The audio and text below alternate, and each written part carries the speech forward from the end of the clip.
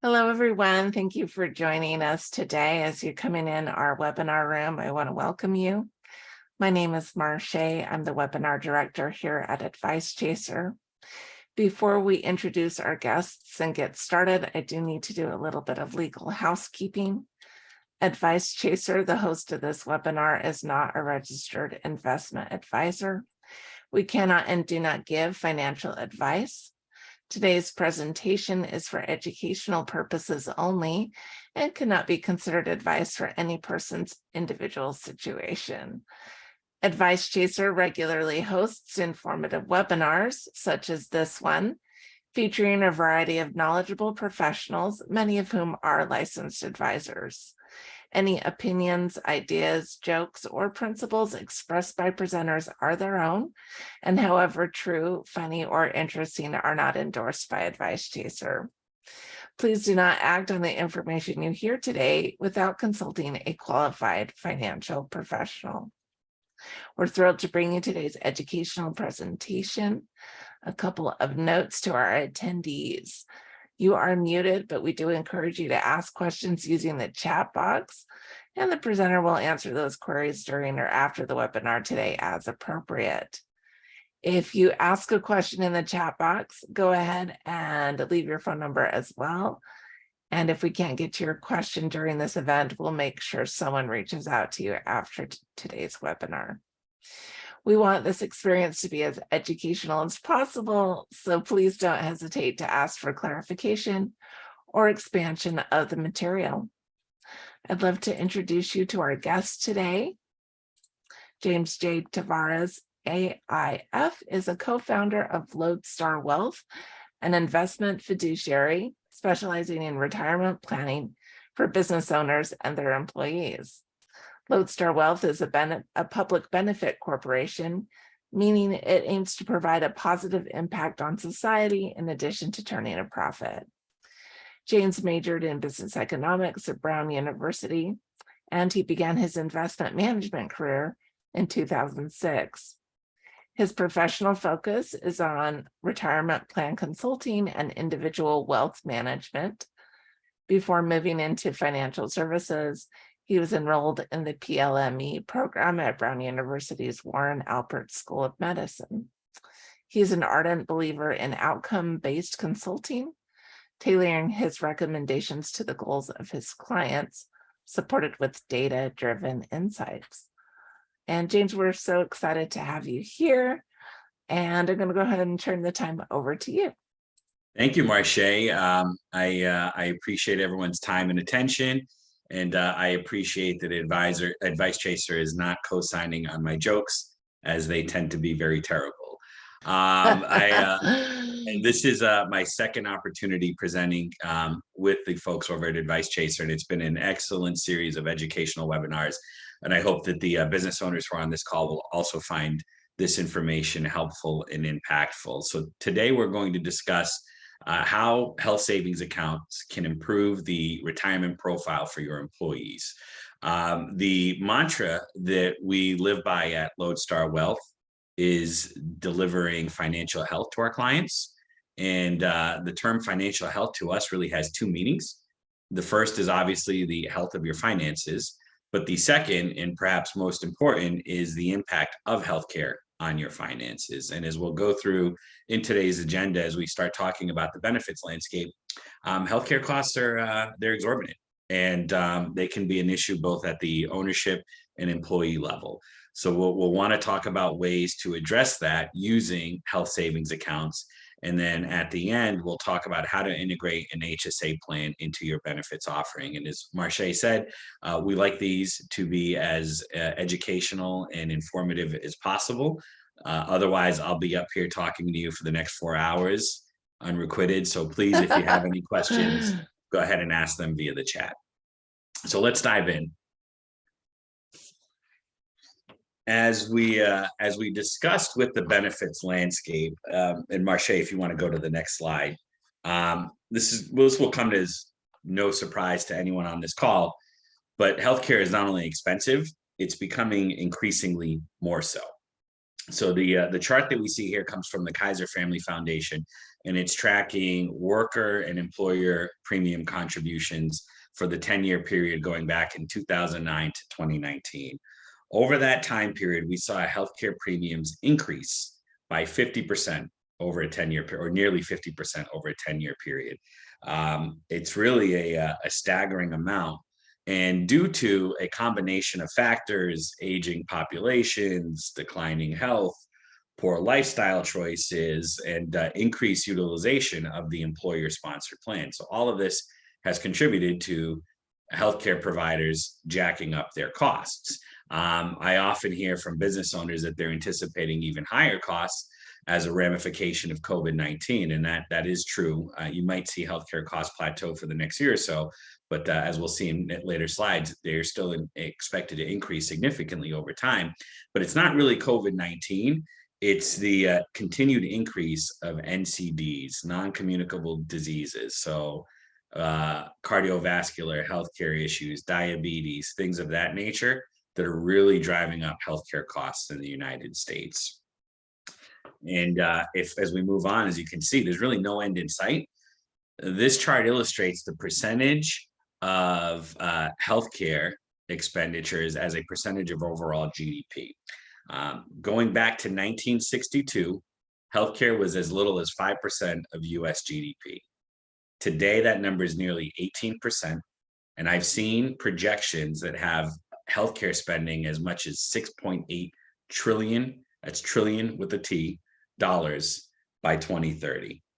Thinking smaller, the average couple 65 years old retiring today can expect to spend about $300,000 on healthcare over the course of their retirement. It's about 15% of their overall expenditures. So healthcare is expensive and is only getting more expensive. I have a question here, James. Please. So you said 15% of their overall retirement spending. Is that an average, or does that, would it be different for someone who, say, has diabetes or other chronic illness like that? Yeah, it's a great question. That's an average expenditure. And it's, in fact, it's the second highest spending category. So if you look at where retirees typically spend their money, home costs, living costs are the most expensive, 35-40%. And then it's healthcare and transportation. But that's an average. Obviously, everyone's situation is different, and those that have medical issues are more likely to spend more on healthcare. As you can imagine, this increased cost of healthcare has quite the impact on your employees. So what we're looking at here is the percentage increase of healthcare premiums as compared to wages and overall inflation over the last decade. Employers, I think, have done a relatively great job of increasing wages to help their employees combat the increased cost of living and inflation. However, that hasn't done much to stop the runaway freight train that is healthcare. And that increase in healthcare premiums has caused quite a bit of duress for your employees and their families. When we look at, and this is a great survey from MetLife, this is a part of their annual US benefits survey, where they go out and talk to employees and ask them where their sources of financial stress come from. And they're allowed to check as many boxes as they'd like. Number one, with the bullet, 72% is affording healthcare in retirement. Even the other points of financial stress can also be tied loosely back to healthcare, relying on Social Security or Medicare. I think most people are aware of the fact that Social Security is untenable in its current form. So changes will have to be made. And we have individuals who are worried about what those changes will look like and how it will impact them. Covering your out-of-pocket medical bills should a major healthcare emergency occur. Affording bills after a job loss. There's varying statistics out there that discuss the lack of emergency funding or savings in the US, and that most people couldn't come up with a few $100s if necessary to cover a bill. This is true. And the other big one is outliving their retirement savings. And that's a twofold problem. Really, outliving your retirement savings is a combination of life expectancies increasing and individuals also not being prepared for retirement. So what does that look like? moving on for retirement, for most folks, they've never heard of it, right? If you start tracking the percentage of the workforce that's made up by seniors, we saw in 2000, and this is from JP Morgan's annual guide to retirement, that senior citizens, those age 65 and older, comprised about a quarter of the workforce in 2000. They currently are around a third of the workforce, right around 35, 36%, with projections of nearly 50% of the workforce being those 65 and up by 2030. It's one of the fastest growing dynamics, and it's going to have a major impact as older folks delay retirement and continue working. What does that actual cost of delayed retirement look like? So from a recent survey, we found that 90% of employees are not confident in their retirement security. That doesn't mean that 90% of them don't have enough for retirement. It's just that they don't know, right? They're not fully aware of what their situation would look like and how to properly plan for retirement. When you survey business owners and plan sponsors, 88% of them have employees who are delaying retirement. What that equates to is a problem, a situation where you have older folks continuing to work, and older folks tend to be the most expensive of your labor force, right? And not that we by any means want to minimize the situation here. We're certainly empathetic to older folks working, but there is a cost associated with that. And Prudential did a wonderful survey where they started to quantify the delayed costs of retirement. And what they found was that $50,000 was the cost of a 1-year delay in retirement for an individual employee when compared to a new hire. So that 65-year-old who wants to work an extra year, it'll cost you an extra $50,000 versus having them work that extra year versus replacing them with a newer employee, age 25, 35, whatever it might be. So is this because of the increased healthcare costs? It's a combination of factors, but the increased healthcare cost is a major contributor to that. Absolutely. Older employees tend to cost more, particularly on the healthcare side. That also includes wages, accrued PTO. So we're factoring in the total cost of labor, but the healthcare component is a major contributor, Marche. It's a great question. 1.5% is the average annual incremental increase in workplace costs for a 1-year increase in average age of retirement. So put differently, if your labor force costs are on average $1 million a year, and your average employee retires at age 65, if we were to bump that up to 66, your out-of-pocket additional expenditures as an employer would be an extra 1.5% or $150,000. All right. Well, what I'm looking at here is that this is, and let me know if I'm wrong here, but this is just data. Obviously, with employment laws, we wouldn't want to run into problems like, okay, you turned age 65 and you're not going to cost any more money. That's against the law. But the fact that the average worker is going to be older when they retire means that employers have to plan for that. Is that what you're kind of saying there? Yes. So certainly with age discrimination laws, what we're saying is don't force out your older employees. That's not at all the goal of this presentation. What we're looking at here is that there's a problem that the average employee doesn't feel secure enough to retire. So really what we're trying to solve for is how to get them that retirement security so they can make that decision on their own to retire. Thank you for that clarification. And one other clarification, I misspoke. I meant to say $10 million labor force costs would equate to $150,000 in additional expenditures, not $1 million. I had my percentages wrong for a moment.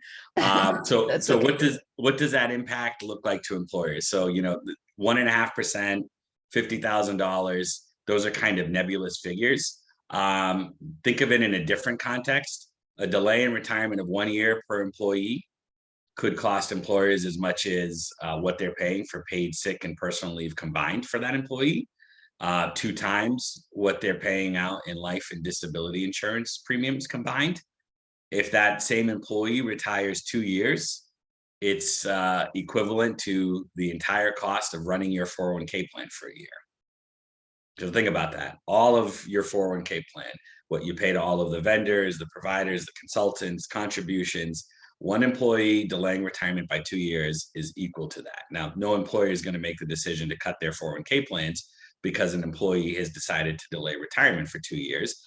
You need to keep these things going. So the trade-off is really, or the decision and the solution is, how do we again prepare those employees for retirement? And a 3-year delay in retirement is equal to paid vacation leave and more than 1/3 of health insurance costs. So it's a significant impact on employers, but that impact, it goes beyond just the economics of it. There's also some other aspects that we want to consider. First and foremost is paternalism. And to your point, Marche, the goal of this presentation is not to encourage employers to push out all of their 65-year-olds. I think most employers actually, and where the paternalism comes into place, they care about their employees, right? They don't want to see them struggle financially. They don't want to see them have to work longer than they should because they're not financially prepared for retirement. So that implication is a cause of stress at the executive level for many employers. So that's a critical aspect to consider. A second implication is the impact of productivity and workforce management. If you have a great up and coming 35, 40-year-old employee who's ready for that next promotion, but you can't give it to them because the person ahead of them or currently occupying that position isn't prepared enough to retire, you stand the risk of potentially losing that employee to another company. We all know how difficult it is to hire this day and age as well.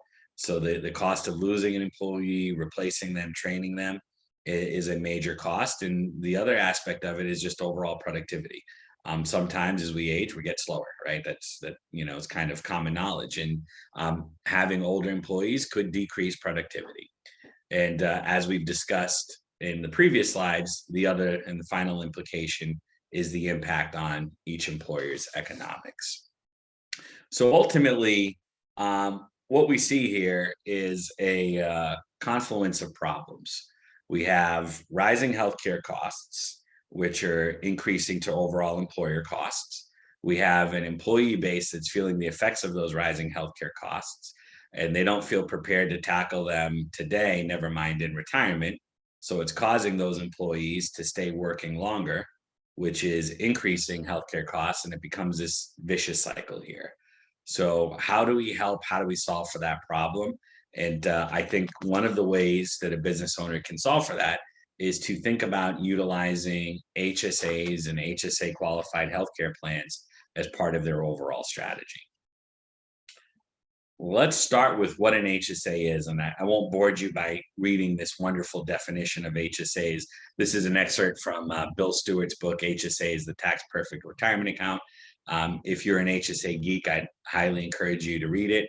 If you're a geek at all, I would highly encourage you to read it. And if you have trouble sleeping, I would highly encourage you to read it. It's a dry read, but it's a wonderful read. Bill is the godfather of HSAs and has a lot of great bullet points on HSAs. What's critically important for the context of this presentation is to know that HSAs are individual accounts. So they differ from an employee or a retirement plan or 401k type arrangement, in that it's not a trust account, it's not an entity account.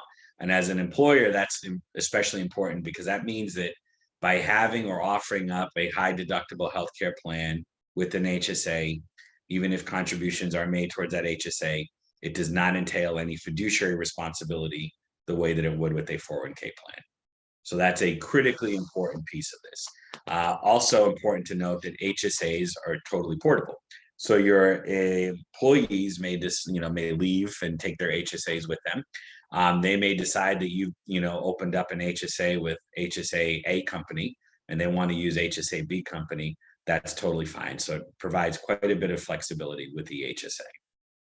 So now that we know what an HSA is, how can they help?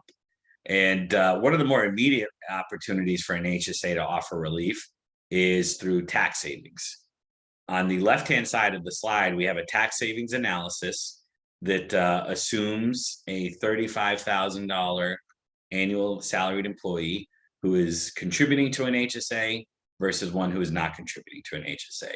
And as Marche said earlier, everyone should take into account their own individual situation.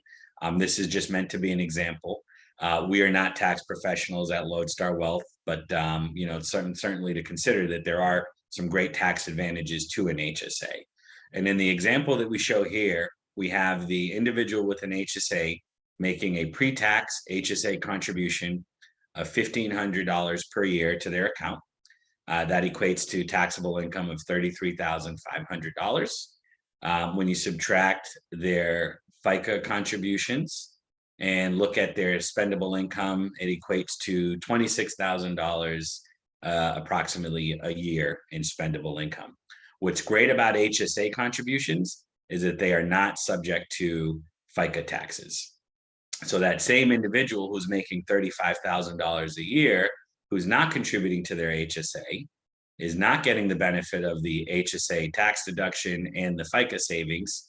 And it essentially equates to a total spendable income of $25,600 in this example, and a loss of $500 approximately in tax savings.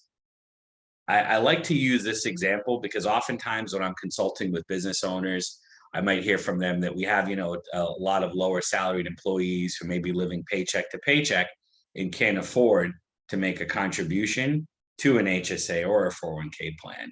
And I think this tax savings, particularly if that employee is spending anything on healthcare, underscores the importance of still having an HSA, assuming your circumstances are right for one, and making those HSA contributions. The real power of the HSA, however, comes from the possible growth that you may get by investing your HSA. So the example on the right-hand side shows an individual starting at age 25, and we're assuming that individual is making a $300 monthly contribution to their HSA, and that's growing at a flat rate of 5% per year. Over time, they could potentially see their HSA balance grow to as much as $486,000 by age 65. And as I mentioned earlier, a retired couple can expect to spend about $300,000 in healthcare over retirement. By opening up and contributing and investing your HSA, you could potentially fund that liability, right? This is important because this is how you help employees tackle that retirement readiness question that we're here to discuss.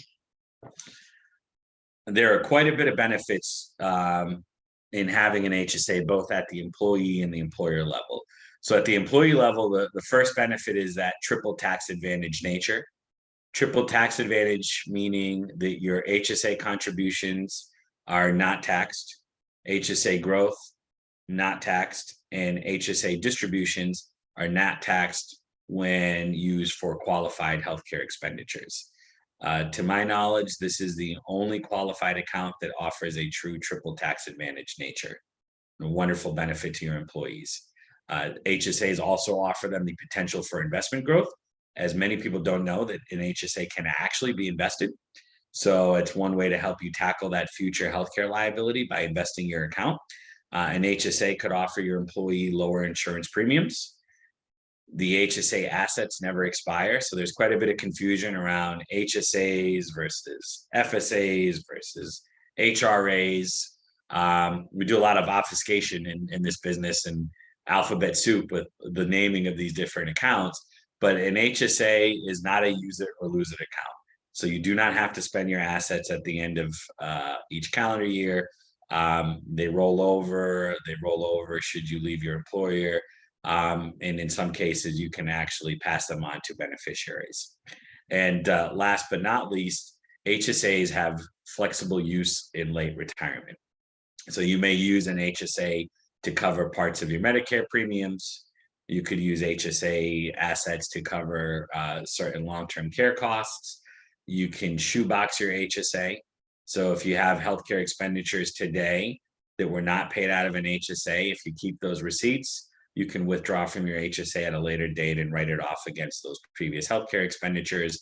And after age 65, you can take a distribution from your HSA without paying a penalty, even if not used for qualified healthcare expenses. So this makes the HSA an incredibly flexible and unique account. At the employer level, there's some great benefits as well. First and foremost, it's an opportunity to have a differentiated benefits offering. When we talk to business owners right now who are in the midst of a hiring war, it really does come down to having a unique benefit set. Having an HSA integrated plan could help you differentiate your offering. Certainly, the whole crux of this conversation is around increasing employee retirement readiness. So employees that have an HSA stand to potentially be ready for retirement, have the right assets, feel more secure in their retirement, and retire at an earlier age. FICA savings, as we mentioned earlier, as employer contributions are also not subject to FICA taxes, and the potential to save healthcare costs either with lower premiums or smaller increases to your premium. So the HSA as part of your overall benefit offering may make a lot of sense, not just at the employer level, but also at the employee level. So the question then becomes, how do we bring this all together, and how do we actually integrate HSAs into your total benefits offering? When we think about integration, we really think about three key areas of focus. The first is melding your 401k plan with your HSA. The second is delivering the right amount of employee education around your HSA. And the last is selecting the right partners. These are the three critical aspects to truly integrating your HSA into your benefits offering. So when we talk about melding your HSA with your 401k, what we really mean is thinking about your benefits as a whole. There has been a movement within the benefits industry to really think about total wellness. So thinking about benefits, not just as siloed, I've got my healthcare here, my retirement plan here, any of the other wellness and coaching programs there, but packaging them all together for a truly integrated offering. And that makes a ton of sense when considering your 401k and your HSA plan. What we mean by that is, first and foremost, thinking about HSA contributions relative to 401k matches. Now, there's a lot that has to be discussed when making a decision as to whether or not you should, as an employer, increase your overall 401k contributions versus making an HSA contribution. Things to consider there would be employee demographics, how many employees are in the 401k plan versus the high deductible healthcare plan, who's going to benefit from this, so on and so forth. And good partners will help you with that, as we'll discuss. But it may make a lot of sense, given the triple tax advantage nature of HSAs and the additional benefits, to at least think about having an HSA contribution as part of your overall offering. That might entice more of your employees into the high deductible plan if it makes sense for them. And certainly can reduce your healthcare costs. So that's a key component of it. The second, when we talk about melding your 401k and your HSA, is having that investment HSA as part of the overall offering. So depending on which HSA provider you may use, you'll have the ability to invest your HSA. Having a program that allows you to invest your HSA similarly to your 401k plan makes it that much easier for your employees to enroll, get started, and then take advantage of the potential growth offerings of investing your HSA. And the third consideration is record keeper integrations. So what we mean by a record keeper integration is the ability to log into one website and see your 401k next to your HSA.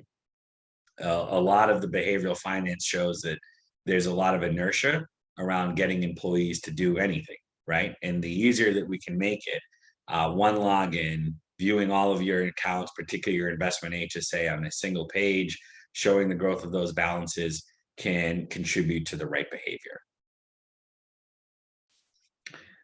It's also important to offer up education specifically around HSAs.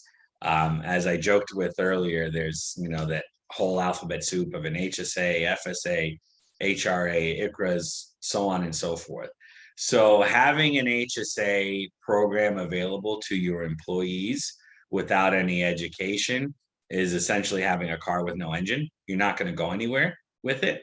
So when we talk about education, what we first start talking about is planning, right? Showing your employees the beneficial aspects of incorporating an HSA into a financial plan. This is an example of a tool that's put out by Healthy Hive, a digital education company that focuses on HSA education. And this example here helps an employee to quantify how much extra years of spending in retirement they may have by contributing to and investing in HSA. So when you can show them and educate them on the importance of an HSA, you're more likely to get people to actually utilize it. The second aspect of HSA education, and as it relates to healthcare costs, is transparency in HSA spending. So when you look at the biggest contributors to medical plan costs, this was a survey of large employers. The biggest contributor to medical plan costs are actually treating your issues, right? So whether that's hospital visits, physician services, prescription drugs. When an employee has an HSA and is using their HSA to pay for these costs, it behooves them to spend their HSA wisely and appropriately.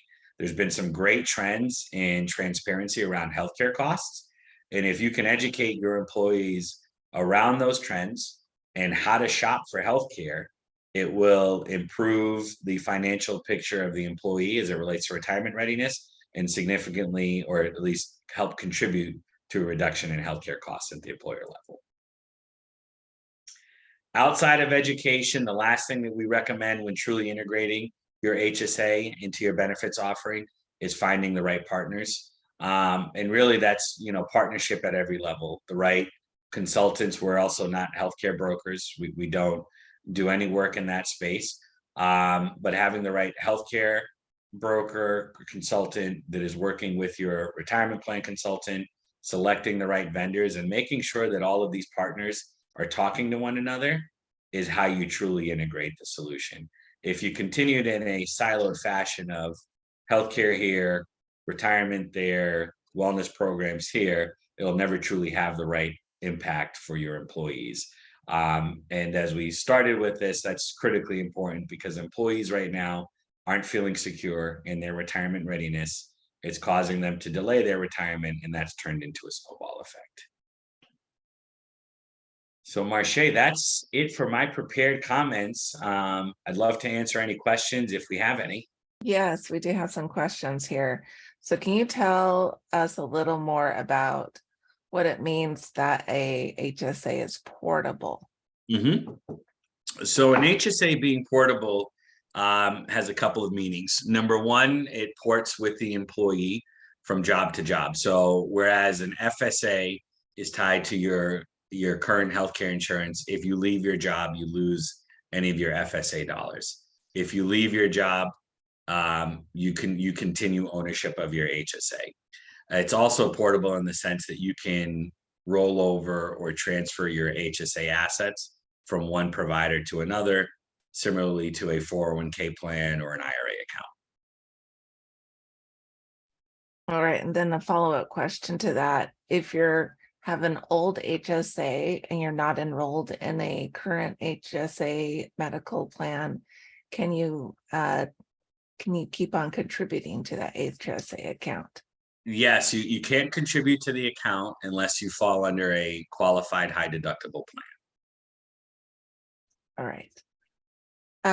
You talked a little bit about that education piece.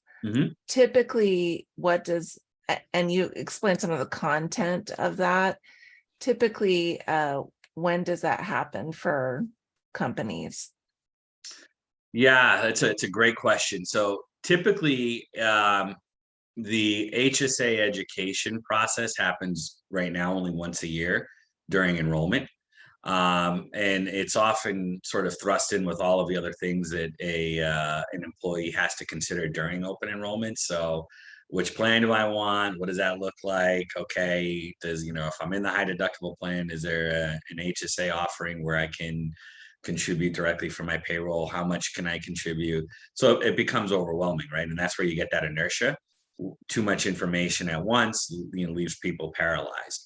What we're advocating for is more ongoing HSA education, and that can be done through any number of partnerships, either with your healthcare consultant, your retirement plan consultant, other vendors that do just wellness education. But in reality, it's not enough to give it to an employee once, because they'll never know what to do with it, and it's oftentimes coming at a point where they're drinking from a fire hose and that information isn't retained. So what we advocate is ongoing HSA education that's prescribed, right? So start small. This is what your HSA is, and this is how you can use it, and then build on from there. Other topics like your different profiles of HSA users, and how HSA impacts Medicare and how it compares to those other acronyms that we mentioned earlier. All right. And then one final question here. You mentioned how if someone's retired and they have an HSA account, you mentioned that they can take distributions from that account without having to spend it on a qualified medical expense. Can you talk a little more about that? Sure. So if you own an HSA and you take a distribution that's not used for a qualified medical expense, there is a penalty associated with that. No different than, or similar, I should say, to taking an IRA distribution out early. In this case, the penalty for a HSA distribution for non-qualified expenses is 20%. In the event that you have an individual who's 65 years old, so you have to be 65 years old, you can take out an HSA distribution without paying the penalty, and it would the tax situation would then be similar to an IRA. You'd be taxed on your distribution at ordinary income. All right. So it would be just like taking a withdrawal from, say, your traditional IRA, something like that. Exactly. So that makes the HSA, when we talk about that flexibility, a powerful piece, because you can almost, think about it in the context of your medical IRA. And it's the portion of your retirement that's dedicated specifically for your healthcare costs. And should you overfund your your HSA, it can then be used similar to your actual IRA in retirement. All right. And then we just had one more question. So can you spend HSA funds on people that are in your family, not necessarily yourself? Yes. So you can use your HSA to cover your spouse and eligible dependents. All right. Well, thank you so much for answering all those questions there. We want to thank the organizations that have made this webinar possible today.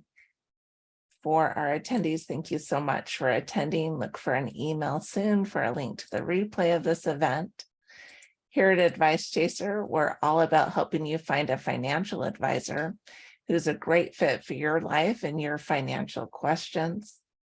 Our matching service is free to you, and every one of our advisor partners has committed to offer a free initial consultation to anyone we introduce them to. Find out more by going to advicechaser.com and clicking on the link to find an advisor. Once again, from Advice Chaser, thank you so much for coming, and we'll see you at another webinar soon. Goodbye, everyone.